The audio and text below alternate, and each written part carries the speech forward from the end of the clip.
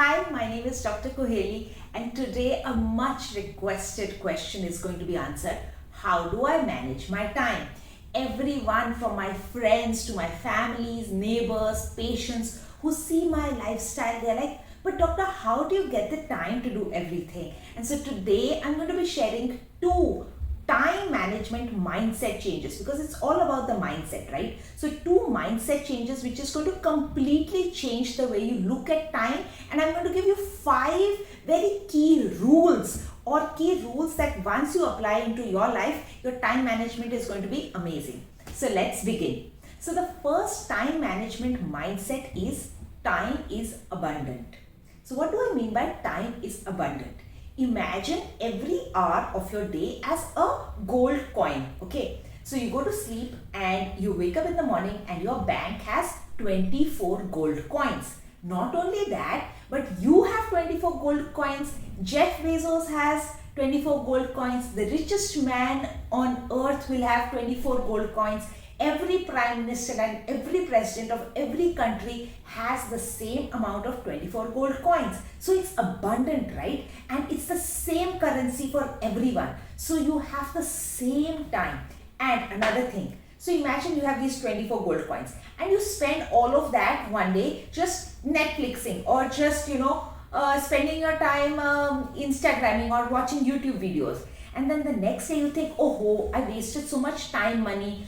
Tomorrow I'm going to get less. Like if it was money, if you spent it, then the next day you would have less money. But no, with time is abundant. The next morning you again have 24 gold coins. So once you understand that time is actually abundant, then you don't fear that, oh my God, I wasted that time, because in trying to recover the time that is wasted yesterday, day before, 2 days back, you don't realize that right now you still have those 24 gold coins every single day. So that's the first mindset change. Time is abundant and time is equally abundant for everyone. You have as much as the richest man on earth. The second mindset which I really want you to work on is it's not about the time. What do I mean by this? It's not about the time. That is, every time you say, oh, I'm really busy, I wish I could do that, but I'm so busy, I just don't have the time. It's never about the time, because as I said, time is abundant. So what is it actually about? 3 things that mostly it's about. The first thing is, I just don't want to do it. So when people say, I would love to make YouTube videos, but I just don't have the time, what you're really trying to say is, I just don't want to do it. I don't have the time is actually, I don't have the commitment, I don't have the bandwidth, I know it's going to be tough, and I don't have the capacity to work hard, or I don't want to make the effort. So when you say that, I wish I could meet my friends more often, but I just don't have the time, you're really trying to say is that I don't really want it. Okay, so that's the first thing, that understand what is it truly about. It's not about the time. So what else are you trying to say underneath it? So stop using the words, I don't have the time, and start saying, I just don't want to do it, or it is not a priority, or say, I want to do it, but it is difficult and boring, and I want to do something that is easy and fun. Isn't that what we all want to say? That we want to, work out, go to the gym, maybe go for a walk, maybe talk to our parents, go meet our friends, go, spend more time with our children, spend more time with our family. But it's difficult, it's hard, maybe it's boring. And what we want to do is easy and fun things. It's not about the time. It's that you want to do something easy and fun. So try to find ways that you can make all these boring things that you really want to do, which you say that you really want to do, try to make them easy and fun. Talking to your parents every day, easy and fun. Meeting up with your friends, easy and fun. And the other thing that we think is that it's going to take a lot of time. So we think, oh my God, I just don't have the time, because you think you're going to need 4, 5, 6 hours. And so that is where you procrastinate. You think that, oh my God, it's going to take a lot of my time and energy. It's never about that. Don't you have absolutely no time, but yet you manage to binge watch 3 episodes, 4 episodes of your favorite TV program. So it's just like that. It's never about the time. It's about something else. It's either about effort or commitment, or you just don't want to do it. It's not a priority in your life. So figure the beneath things. So two mindset things. The first is time is abundant. It's all around. It's absolutely available to all of us. And the second is it's never about the time. Now, thinking that you really want to utilize your time well, then here are 5 things that you can do. The first is plan your day the night before. So many a time we don't get up in the morning because we don't know what to do in the morning. We are like, okay, I'm going to, and then we get up and we think, so what should I do today? No, if you have a plan the day before, then you can hit the ground running. You're like, okay, fine. Next day I want to make these calls, make this for lunch, dinner. I want to go for a workout. I want to do this. If you have things that you want to do the next day, you will be able to do them much more systematically if you have the plan ready the night before. Okay, so don't waste that time in the morning just planning things. Plan the night before. The second thing is make no your default. What do I mean by this? Many a time we say yes to things we really don't want to do, and by saying yes to things that we don't want to do, we are actually saying no to the things that we actually want to do. By saying yes to meeting people who you don't want to meet, you are actually wasting that precious resource and not spending time with your family. So start saying no for everything. Make no your default. Your first thing is, can we meet up? No. Can we have a discussion on this? No. Can you come to my place for XYZ, and you know that you don't want to do it? Say no first. And that opens up places for you to say yes to the things that you actually want to do. So this is called making a not to do list. Start with saying not to do. What are the things that are on my not to do list is physical meetups with people, especially work related, meeting of these general conferences which don't have anything to do with my specialty or don't have anything to do with my growth or helping my patients or my work or something. And people do these only to get CME credit points or just to show face. A lot of times we do a lot of things to just show face. So we try to reduce all of that. For me, I try to reduce all of that. And even clients who just say that I don't know what I want, but can we just meet up for coffee and discuss it over coffee? No, I want them to really think about. So if you're a one-on-one client with me, I really want you to put down your thoughts on paper and then send it to me either as an email or as a WhatsApp message, because then I know that you've thought about these questions, you've thought about these answers, and then we can have a more fruitful discussion. Understood? So that is why I really don't go into a meeting without having some plan of action. So learn to say no to many things.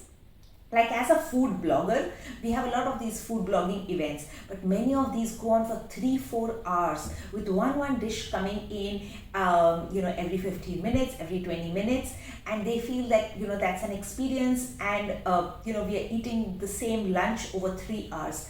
I don't do that anymore because I've realized that my time is a resource, and learning to say no to things which you might have said yes in the past really helps to streamline your life for things that you want to say yes to. And even if that thing that you're saying yes to is an extra hour of walking, or an extra hour of listening to podcasts, or an extra hour of listening to something inspirational on YouTube, or an extra hour of journaling, or even an extra hour of watching your favorite program on Netflix, or watching a movie with your kid. If those are priorities for you, which you always say, I don't have time, then see where you're saying yes to things that you really shouldn't be making time for.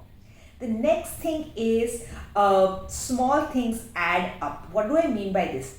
Imagine every 30 seconds for the next 80 years. Okay, 30 seconds for the next 80 years adds up to 243 hours. Let that sink in. So every time you are getting these loose change that I want to say. So those 24 gold coins are there, right? But we tend to neglect these, little times that we waste. We think that, oh, this is of no consequence, this 15 minutes that I spent here, 20 minutes waiting over here. So being able to utilize those little pockets of time is going to really add up in the long run. That is your compound effect. That is you putting your interest into these things. So how can you utilize those 2 minutes, when you're driving to work? How can you utilize that time, or you're caught in a traffic jam, or you are waiting outside the school for your kid? Like many a time I've seen so many parents, like even I go to pick up my child and I'm waiting outside the school for 10-15 minutes, and that could be utilized to make a call to a friend who you've been meaning to. You're like, I just don't have the time. Well, here is the time where you're doing absolutely nothing. You can send them a message, or make them a call. You can do that even when you are caught in a traffic jam, and rather than wondering, oh my god, what do I do now, you can make that call to a great friend, good friend, or listen to something good, or get in your, if you're standing somewhere, you can walk around, get those steps in. So make use of the small changes which we don't really realize that that's so many hours of our life, and it really adds up. It's not about the big chunks of time. When we say, oh, I don't have time, what people think is that, oh, I don't have like 4-5 hours in the day where I'm doing nothing, or I don't have like that 1 hour cut out. Even if you have 15 minutes, if you work out for 15 minutes, if you work out for 5 minutes, 7 minutes a day, that's going to add up over the years. So make use of your 5 minutes, 10 minutes, wherever you have, okay? The next law is called the Parkinson's law. What is Parkinson's law? Parkinson's law says that your work expands to the amount of time you give it. So set a time for yourself. Like I set a time, I'm going to make this YouTube video in the next 10 minutes. I don't say I'm going to make this video anytime this week. If I say anytime this week, it's going to happen the last day of that week, and I'm like scrambling for time. So rather than that, you put yourself a timer and say, yes, I'm going to do this in this hour. I'm going to finish sending this thing in this next 1 hour or this one day. I'm going to work out every single day for so many days, every single time. So reduce the amount of time you give yourself to do something. That is what Parkinson's law says. That we wait for that 11th hour, we wait for the last minute. So make your last minute today. Set a very clear end time, and you will see that you will scramble, you will do it much faster. So that's the Parkinson's law. The next law is Pearson's law. So Pearson's law says that when you tell someone that you're going to do something, and then you have to hold yourself accountable. That means you have to track it and tell someone that you've done this. Then you see that your accountability goes up and your productivity goes up, and that's for everything. So if you tell your friend that, hey, I'm going to be going to the gym every single day for the next 1 month, that is 30 hours or 30 days, 1 hour a day. So 30 hours of workout I'm going to have, and I'm going to show you that chart, that accountability habit tracker, then that will make you more accountable of your time. Or if I say I'm going to make like 30 YouTube videos in the next 90 days, and I ask someone to, or if I every day track it, that how many have I finished, we will start to become more accountable and more productive, and all of a sudden we'll be searching for those hours, we'll be searching for that time to really finish what we've put ourselves for. So put an end date. See that end date is not like at the end of the year, I'm going to lose 5 kgs by the end of the year, then you'll be waiting till December. You say I'm going to lose 5 kgs by the end of January. I'm going to lose it by the end of February. I'm going to lose it at the end of March. When you set very concrete dates, really close, it keeps you motivated and keeps you going, and it's nice to track everything. So these were some of the tips for time management. I hope you can watch it, rewatch it, because there's a lot of value in this video, and I hope it really adds more productivity and makes you feel really comfortable about your time, that it's abundant, it's available to you, and it's really not about the time. Thank you for watching. Please subscribe.